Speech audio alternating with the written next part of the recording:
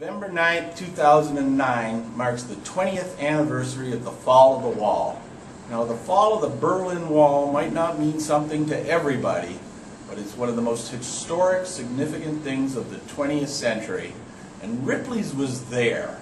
We arrived shortly after it fell, based on a couple really smart people in our company watching the news, knowing something very significant was going to happen.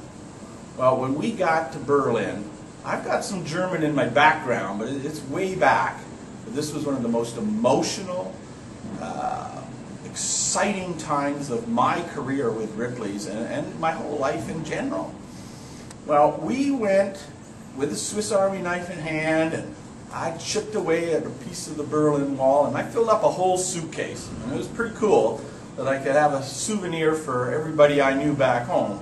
But my real purpose was to get full sections, unchipped before they literally fell. Let's get the 10-foot by 10-foot by 4-inch, 2 tons worth of Berlin Wall.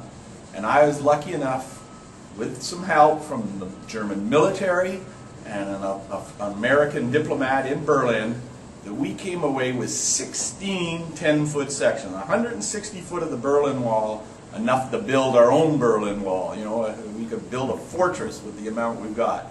And we got it very close to the Brandenburg gates, you know, Berlin Wall Central, you know, the most important part. And we were able to hand pick the pieces that we wanted with the best graffiti. And my favorite one is actually in our museum in Orlando, and it has a daisy with the petals being plucked off, and it's "She loves me not." And you can take that personal, but it really, the artist had in mind was Berlin loves me, Germany doesn't. Berlin loves me, Germany doesn't.